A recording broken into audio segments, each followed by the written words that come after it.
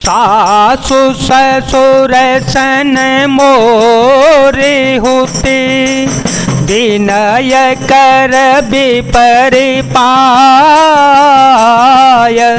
मोर सोचो जन करे कछो, मैं बन सुखे शोभाय।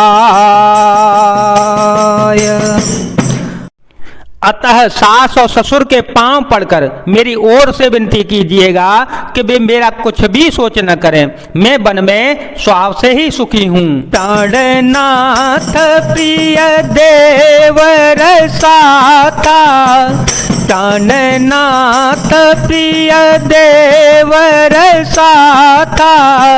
वीर धूरी न धरे धनु भाता, वीर धूरी न धरे धनु भाता।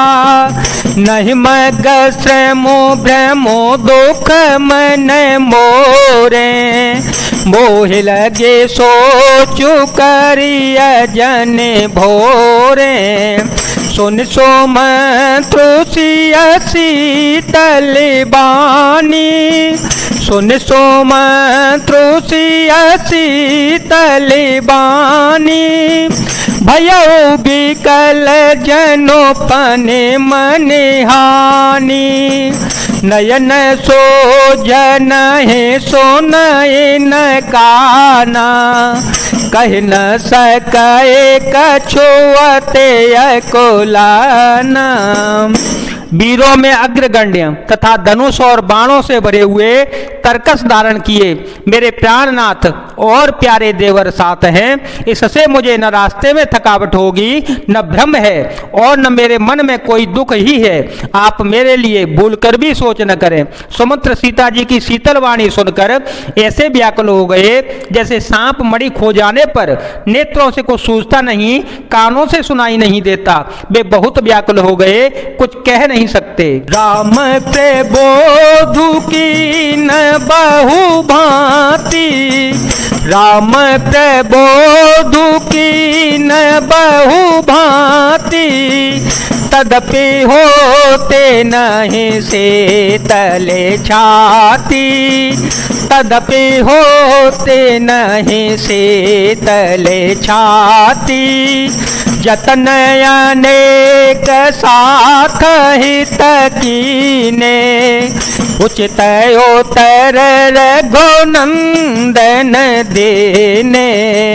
मैटे जाए नहीं राम रजाई, कठिन करम गते कछो न बसाई। राम लखन सिय पद सिरुनाई, फिर ओ बने काज में मूर गवाई।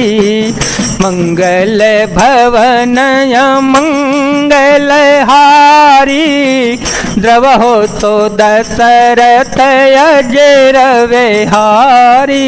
श्री रामचंद्र जी ने उनका बहुत प्रकार से समाधान किया तो भी उनकी छाती ठंडी न हुई। साथ चलने के लिए मंत्री ने अनेकों यत्न किए, युक्तियां पेश की, पर रघुनंदन श्री राम जी उन सब युक्तियों का यथायोचित उत्तर देते गए। श्री राम जी की आज्ञा मैटी नहीं जा सकती, कर्म की गति कठिन है, उस पर कुछ भी वश नहीं चलता। श्री राम लक्ष्मण और सीता जी के चरणों में सिर नवाकर सुमंत्र इस तरह लौटे जैसे कोई व्यापारी अपना मूलधन पूंजी गवाकर वापस लौटता है। रथोहा के उभय राम तन, हेरी हेरे नाहि। देखी निषाद बेसाद बस, धुन ही शीस पछताहे। सुमंत्र ने रथ को हाँका, घोड़े श्री रामचंद्र जी की ओर देख कर हिनहिनाते हैं। यह देख कर निषाद लोग विषाद के वश होकर सिर धुन धुन कर पीट पीट कर पछताते हैं।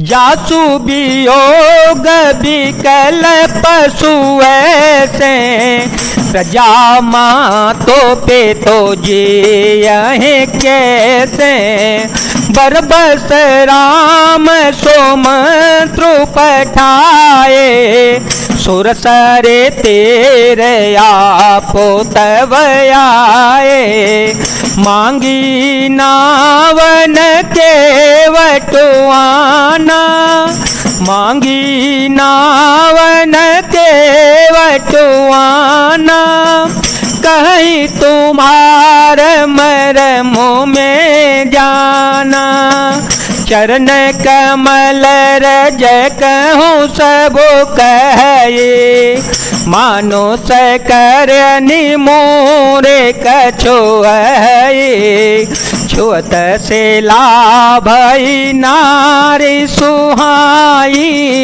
पाहन तेन काठ कठिनाई, तरने मुने घरे ने होई जाई, तरने मुने घरे ने होई जाई, बाट पर मोरे नाव उड़ाई, हे प्रतिपाल सब परिवारू, हे प्रतिपाल सब परिवारू, नहीं जान कछु और कवारू, जो प्रभु पार अवश्य गाचे हो, मोहि पद पदोम पखारन कहो, मंगल भवन मंगल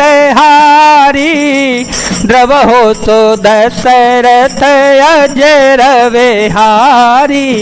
जिनके वियोग में पशु इस प्रकार व्याकुल हैं, उनके वियोग में प्रजा माता और पिता कैसे जीते रहेंगे। श्री रामचंद्र जी ने जबरदस्ती सुमंत्र को लौटाया, तब आप गंगा जी के तीर पर आए।